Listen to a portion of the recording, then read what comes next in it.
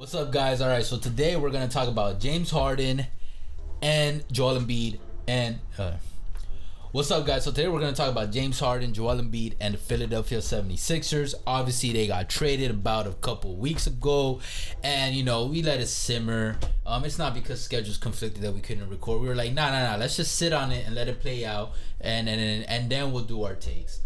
But now, for real, I actually have a pretty strong theory on what I believe is going to happen, how things are going to play out in a few years. But yeah, before we get into it, who else got traded? Ben Simmons, all right, out of Philly. Steph Curry, unfortunately, out of Philly. They could have kept Curry. Oof. Hey, but you can't have your cake and eat it as well. That's true. Because, yes, you lost Steph Curry. You lost the 2 first-round picks. But you're able to keep Maxey and Thibault, which is, I was shocked when I saw that. When they were able to keep those two and young Joel guys as well, no shit. You know what I'm saying? I'm like, okay, man, the 76ers came out pretty good, when it came to that. No, facts. And, for the Nets, which I personally think they won that trade, they got those 2 first-round picks. I think Philly ended up winning. I think they... At least when it came to the stars. No shit. Because, look, think about it this way. We have a history with James Harden. He's shown us that he can adapt. Mm-hmm. He did it in the Nets. If he went straight from Houston to Philly, I wouldn't have this strong of a confidence in him. But he showed us in Nets that, hey, I'll become less Harden-centric, less ISO offensive-centric, and be more of a team player. Mm-hmm. Be more of a floor general, passer, etc., etc. And he was able to show us that he can play like that with Brooklyn, the team, and KD and Kyrie. We have no historic proof, evidence that shows that Ben can move past serious pressure. He did it in college. He did it in Philadelphia. So nothing right now is telling him that he's going to do it in Brooklyn. And are you gonna say that there's less shine on him? Because yes, there's less pressure on him because Kyrie and KD are the names above him, and they're gonna be the focal points. But at the same time, he's still in Brooklyn. And people are anxious or are intrigued to see, like, okay, he got traded for another big name. So there's always gonna be like, who won that trade? Like in a year, 2 years down the line, we're gonna see like, okay, you know what I mean? Like it's still gonna be talked about. I agree. 2 all valid points. The 2 points I want to bring up regarding this is not necessarily the reason why I'm not saying that they won is not necessarily a knock on James Harden, or Ben Simmons and whatnot. It's that look, the Nets right now, we could agree they're on win now mode. Mm-hmm. Okay, those 2 first-round picks that they got is going to be able to help them out to be able to make whatever trade or whatever we're going to see what's going to happen after these playoffs to be able to augment their roster. Yeah. Get them into championship contender to all right, we're definitely winning a championship type stuff like this. Second thing that I want to bring up as well with Ben Simmons, you're saying that it's going to be less pressure. Yes, you are right. He's going to be with KD. He's going to be with Kyrie Irving. Kyrie Irving alone is going to be able to take off the pressure off you. But here's where I'm going to disagree. He's still going to be in New York. Brooklyn, yes, that's a big-ass market when it comes to that. And yes, it's not going to be nearly as KD himself brings a lot of pressure on that team. Exactly. But look, man, it's a fresh start. Ben Simmons is not gonna be the focal point like you were saying. You'll be able to, defer to either Kyrie or to KD or everybody else. But just like Ben Simmons isn't the focal point in the Nets, he's not the focal point of this video. Focal point is James Harden. Yeah, exactly. Last thing I want to bring up, and we'll get to that as well. Overall, you still talking about Ben? No, not continue. Ben. But Steph Curry, Drummond, the Nets, they need to size overall. Yeah, that was important. Overall, as a team, they got better. Okay, but to win champions, you need. They got star power. They still got star power. They still got and KD. KD almost single-handedly. KD almost single-handedly. If his foot was slightly a little bit smaller, they would have gotten past the Bucks. But we're not talking about that. We're talking about. Okay, but that's James Harden going to Philadelphia is a greater impact than Ben Simmons and company going to Brooklyn, because now you got one before they even touched foot on the court together. Position-wise, it already made sense. You got a big man and a small man. Boom. And in a very pick-and-roll-centric league and a very guard-driven league, you're getting another guard alongside your historically talented big man, one of the best to ever pick up a basketball, playing alongside him, which is insane when you think about it. And on top of that, you got him paired up with a general manager that he is extremely familiar with, which will tie into my theory, but it's a different thing. It's not as positive, and that's gonna make the transition easier. You know what I mean? Because when a player, especially a star or a superstar, is going to a new team, there's a lot of things, a lot of pieces that have to be moved, because you have to satisfy, you have to cater to that star. Even if there's already another star already in the franchise, you got to cater to that star. You know what I mean? Absolutely. They don't. The franchise works for them, not vice versa in today's player empowerment league. So there already knows probably like a lot of the. Think about it. A lot of the minuscule things, tedious things that we don't think about as fans, and it's like, you know, how does James Harden like his coffee? How doesn't? No, I'm just kidding. But like, how he likes his practices, he likes what days he's okay with missing, this and that. He tells the coach, yo, it's easier to handle him this way than that way. You know what I mean? He can tell Doc a lot of nuances and innuendos that James Harden has that'll help facilitate and speed up the chemistry and making things work and facilitating the process of implementing Harden into the Sixers and Embiid offense, or not just offense but team. Well, I will tell you this, man. He's already off to a much better He's start. off to a strong start. No, strong start, and it certainly helps over here. And I'm looking here on ESPN. I'm actually thinking of watching their game.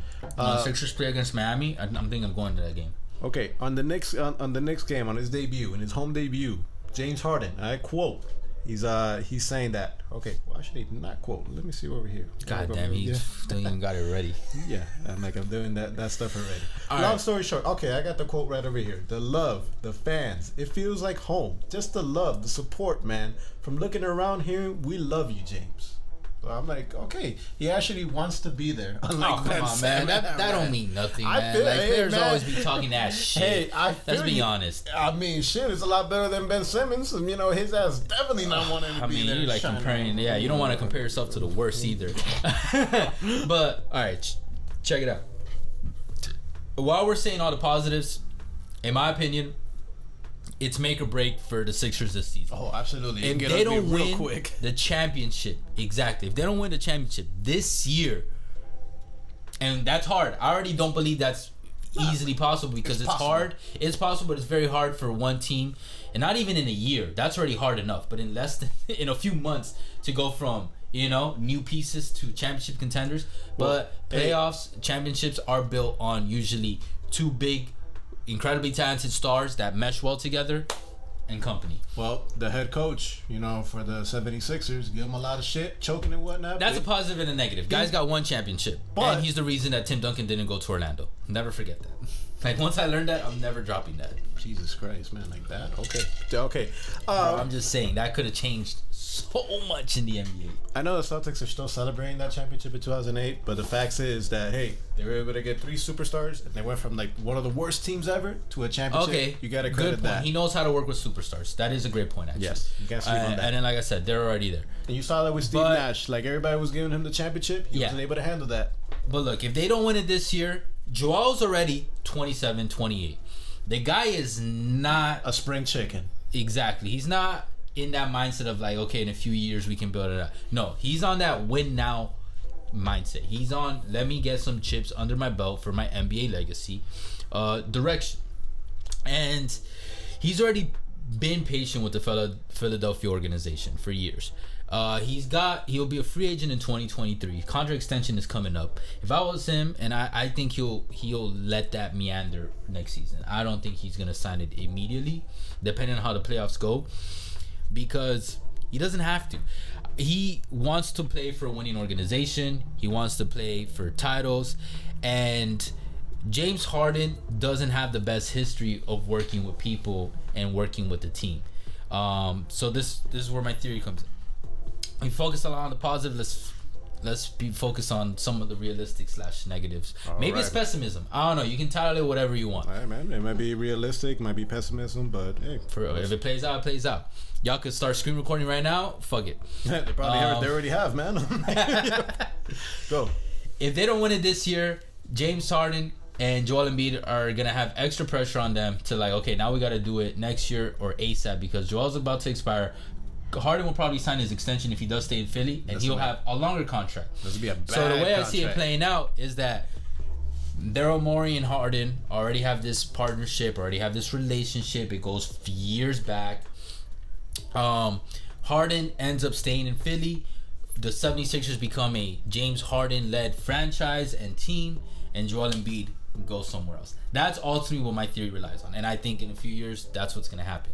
Because Daryl Morey and Harden, they have that relationship. What was that relationship like? It was a very Harden-focused relationship, Harden-centric relationship. Harden was the focus of the franchise, the image of the franchise, and the literal offense of the franchise. Everything in those Rockets years was legit all about James Harden and Daryl Morey, because Daryl Morey with his mathematical and numbers game that he's been trying to implement in the NBA.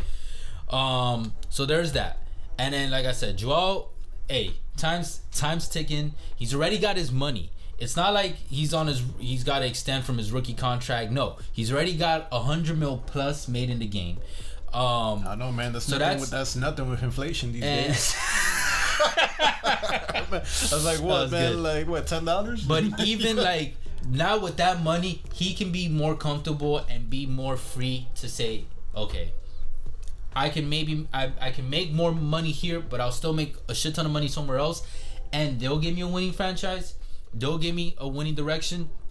I can see him going to the Warriors, see him going to the Lakers, the Knicks. He can go anywhere. Any team would want him, but then he can also have the option of going to any high tier organization. I think the Heat is. I'm not making this a Heat centric video, but I think the Heat are front runners because like he has that relationship with Butler. Yeah. They've played once.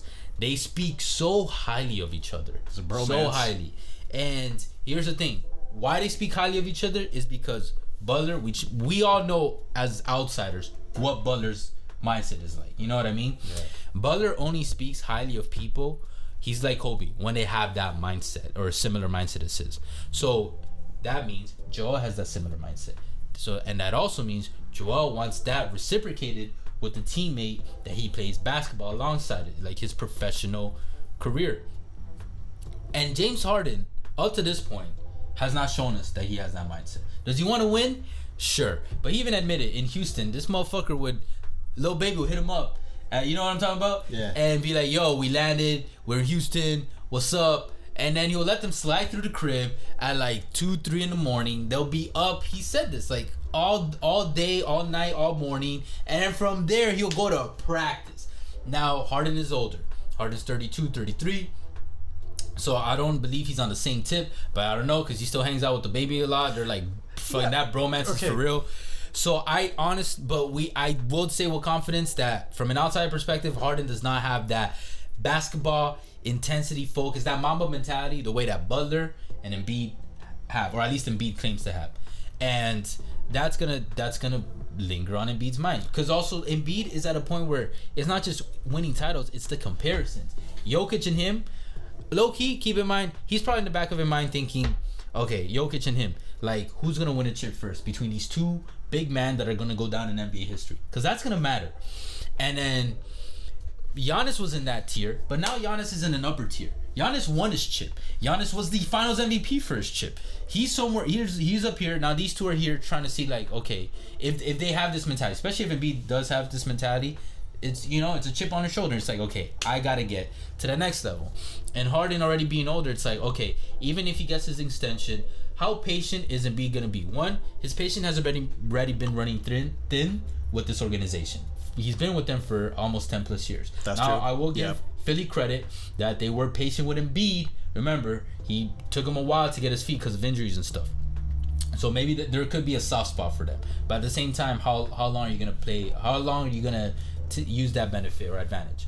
Second, besides running thin with the organization itself, James Harden is older, and it's like, what? You want me to rely on a 30-something-year-old guard who's only getting older? We're all only getting older. I'm at the peak of my career right now, 27. He's only got 3-4 years left of peak performance, and you want me to waste it trying to see how we figure things out? You know what I mean? So that's why for me, this is make it or break it. Because by next year, tensions run high, I don't know. Because, okay, again with Harden. Harden has a history of not working well with the teams. He booked it in Brooklyn when he had two superstars. Like, bro, he could have just shut the fuck up, swallowed his tongue, and yeah, Kyrie can be a little, but whatever. Y'all could have easily won a chip together. It didn't help that Kyrie fucked shit up with the whole vaccine bullshit. And then it didn't work with him for CP3. It didn't work with him with Russell Westbrook. Well, I mean, it didn't work with him with Dwight Howard. It's been working with nobody. It didn't work with him with Jeremy Lin.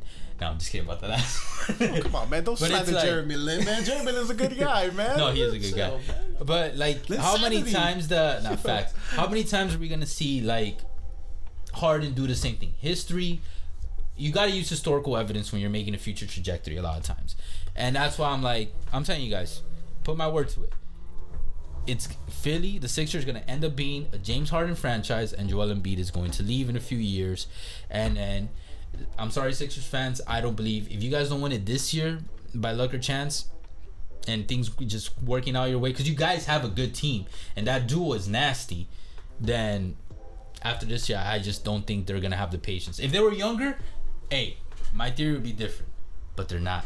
And this is the reality. This is the dimension we live in. That's the cards I'm going to have to deal with. Well, I'm going to put a card over here. This man was right when it came to breaking up the process. We'll see if he's right again this time around. We'll see what happens. Yeah, I had to put it on video because for years I would tell people James Harden and the Houston Rockets are not going to win a championship. And people were just before we did the podcast, be like, nah, bro, you're tripping. I'm like, no, Harden is overrated. I like Harden now. When he went to Brooklyn, it changed my opinion on him a lot. I'm like, oh, this motherfucker can adapt. But Harden was overrated. Westbrook was overrated. And after all these years, it's like finally mainstream audience and opinion is catching up to like seeing what some of us have been saying. Not saying they're not good or anything. Don't fucking change it, because I know y'all viewers, they be tripping sometimes. But by no means, I'm just saying overrated. And I'm putting emphasis over here, Philly fans. Basketball is a team sport. Never forget that. Philadelphia's a good team. Good team. You got not saying they're bad. You got Harden, you got Tybull, you got Maxey, you got horrible contract, but you got Tobias. You got some good stuff going on over there. Rivers, Daryl Morey, and Philly fans. Y'all got Philly fans, which I keep hearing are some of the loudest and best fans. I do want to watch a game in Philly, like a Philly game in Philly one day. And they're fucking savages. They fucking booed Santa Claus. Anyways, guys. Also, Lakers booed fucking LeBron. They're savages too. Nah, they're just spoiled brats, like Draymond Green said, man. I'm like, bro, chill, man. You guys won a championship like a year and a half ago, man. Like, you want to see, like, you know, like bad stuff? Go to Sacramento. They haven't made the playoffs in 2006. But anyways, appreciate all the love and the hate. You guys already know. Facebook, Twitter, TikTok, Instagram, all podcast streaming platforms. We'll catch you guys soon. For now, later. Take care.